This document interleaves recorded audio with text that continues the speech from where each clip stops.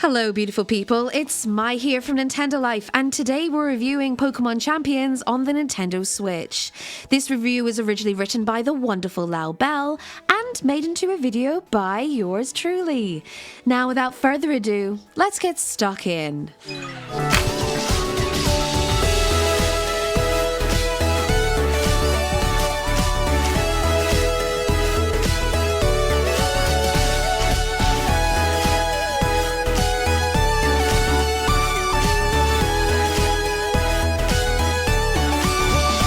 Keeping up with competitive Pokémon battling has always been a bit of a hassle.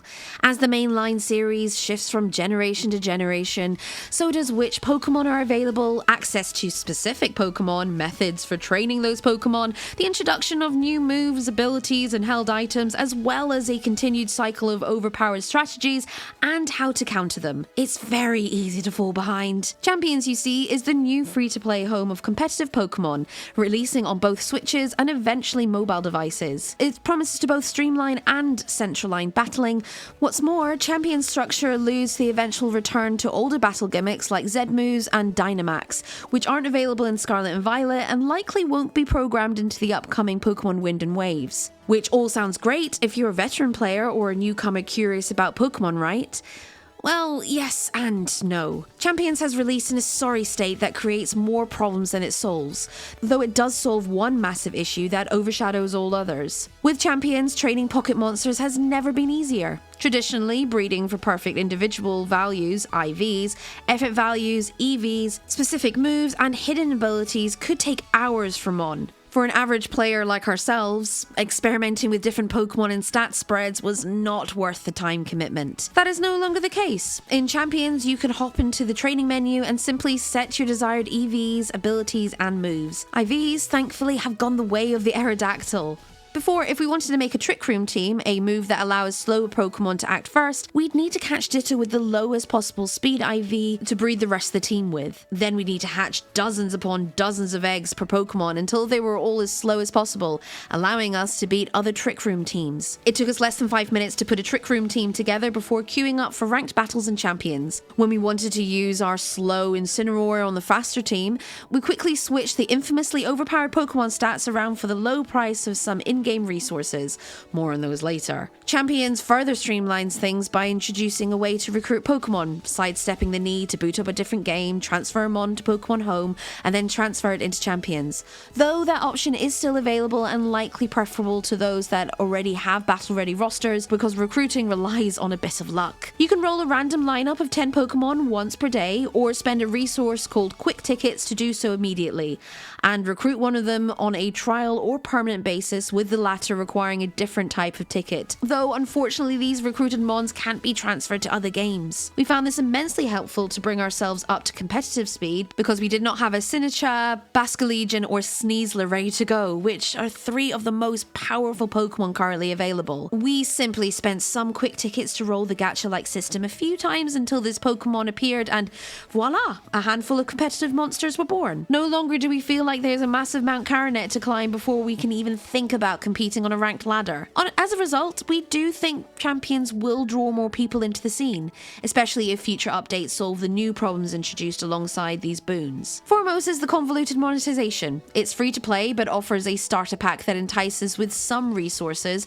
and much more space to store Pokemon, as the initial limit of 30 is incredibly restrictive. There's a premium in-game battle pass that thankfully only locks cosmetics behind a $9.99 or £7.99 price tag, and then a monthly or yearly membership that provides more missions to obtain resources to train and recruit Pokemon, even more spaces to store Pokemon, and some other goodies. Then there's a Pokemon Home subscription that you'll probably want so you can bring over Pokemon from other games more easily, as the free version is also restrictive on space. Other than the starter pack, these are all recurring monthly or yearly charges. Having transferred over and trained lots of Pokemon already, we can say with confidence that most of the paid content is unnecessary, especially the Battle Pass.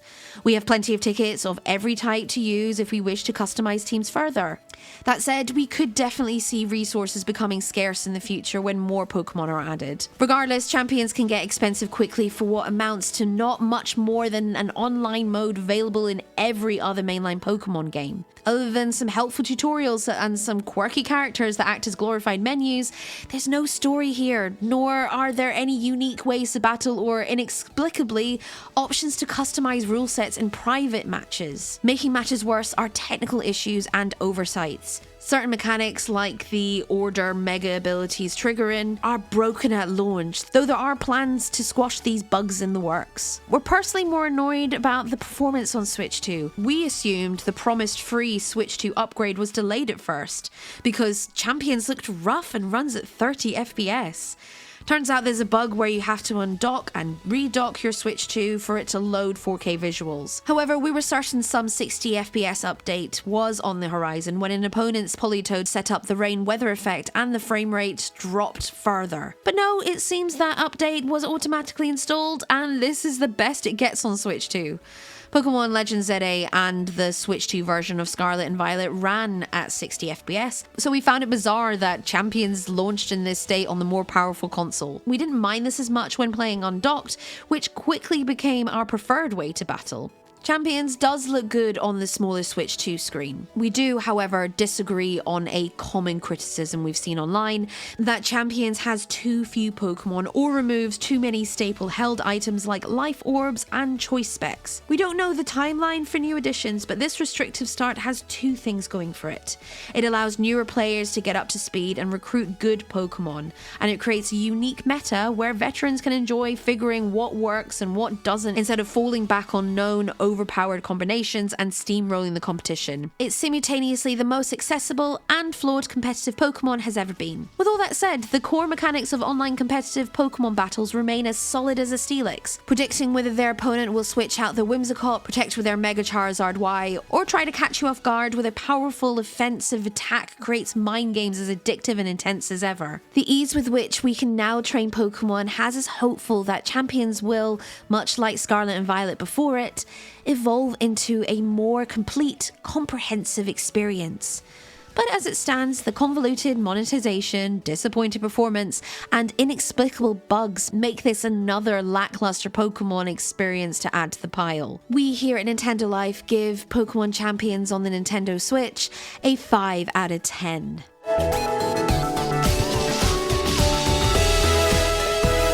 So I suppose now it's time for my thoughts. So I had a funny old time with Pokémon Champions, I'll tell you that. I'm not really a competitive person. As in, I don't really play Pokemon games or just video games competitively, really. I've tried in the past, I played a little bit of Pokemon Unite, and I recall back in the day going to Woolworths when I was on my summer holidays or something, and I played Pokemon Stadium, the only time I played Pokemon Stadium, I might add, because I never owned an N64, just so I could get a Mew. I can see why people enjoy competitive games, especially playing Pokemon competitively, because there is that rush where you're going to see, oh, am I going to go up a rank or not? Oh no, am I not going to go up a rank? Am I going to just completely fail? But sadly, yeah, it's not really for me. I'm also not a really big fan of monetization in video games, but I can understand with a game being for free like this one, why monetization is so important. However, some of this, like the battle pass, I could take it or leave it, if I'm perfectly honest. It was handy for getting stuff like cosmetics or poses and not having to wait around to see if I wanted to get a new lineup or not. And also if I wanted to keep them permanently, which, you know, I ended up using the VP for that and using the tickets for that as well, mostly because I wanted certain Pokemon. Speaking of wanting certain Pokemon, I was really kind of gutted. I have to disagree with Lowell in the review. I wish there were more Pokemon in this. There's 186 altogether included in the roster that you can either recruit or have compatible within the game. You can bring over from Pokemon Home or bring over from your other games. There were certain Pokemon that I really wanted to bring over and I couldn't. I understand that certain Pokemon, as in like their baby forms rather than their final forms, etc., couldn't really come over because they wouldn't be quote unquote strong enough potentially. But there were Pokemon from, like, say, like Pokemon Go. Like, there were loads from my Pokemon Go days where I have been starting to slowly bring over into Pokemon Home because I got Pokemon Home subscription because of this, because I didn't have enough spaces to bring over my favorite Pokemon, which goes into my whole thing about subscriptions and not really a big fan and the monetization side, but that's just probably grumpy old me talking about that. I understand that bringing over legendaries is a bit of an OP thing, and that's something I do agree with Lowell about in the review, but I just want to be able to bring over Screamtail if I wanted to. Like, I would absolutely love to bring over Screamtail because it is one of my favorite Pokemon, but I can understand why they wouldn't have it in Pokemon Champions. And now I'm gonna fully admit I'm a casual player. I'm definitely a casual Pokemon player, so I don't know how much of this game kind of is targeted towards me, which is why I feel like casual Pokemon players might feel a little bit lost in this. I don't bother tracking IVs or EVs and have specific teams. I just want to go out and battle Pokemon. I know certain weaknesses, I know certain strengths, and I know that certain moves are going to work with Pokemon and when I'm battling. However, being able to have private matches, playing with my friends, being able to play with, for example, I played with Jim in a private match, which was really good old fun. I was expecting to have my bum handed to me, but you know, I didn't. I managed to win. Sorry, Jim. I enjoyed the rush of that. I actually felt like a competent player. However, playing against other ranked players, I don't know. I was a little bit nervous playing. I'm thinking, oh my gosh, if I lose this match, I'm gonna go down a rank. Which is why I can see having these type of competitive games hook people in. And I know I'm kind of being a bit old man yells at cloud sort of thing. I just feel like for casual players or old-timer players like me, Pokemon Champions might not be their bag. However, there were some things that I really did enjoy about this game. I really liked the recruit element that they added, having the little ranch and being able to see what your lineup is.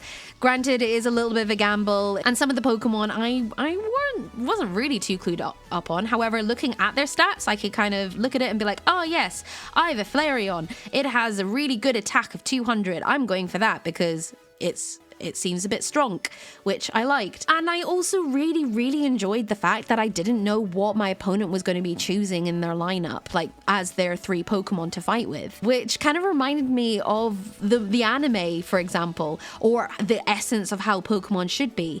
You go into a battle and you have no idea what your opponent's picked. They don't know what you've picked. You can take out a wild card, and even that wild card could be great. It could be your complete asset, or it could be your complete failure. So I really think that's one positive thing that Pokemon Champions has brought to the table. I'm unaware if that's something that is a common thing within the competitive scene, but that's someone as a casual player has really, really enjoyed. I don't know if I will go back in a lot more to play Pokemon Champions, but seeing as I have put some time into the game so far, I might give it a go. And plus, you know, it's free, so to speak. Aside from obviously the subscriptions and stuff like that. I think overall, if you're a casual player and you're not really clued on with the competitive scene, it might not be your bag. However, if you are a competitive player, yeah, you're gonna have fun.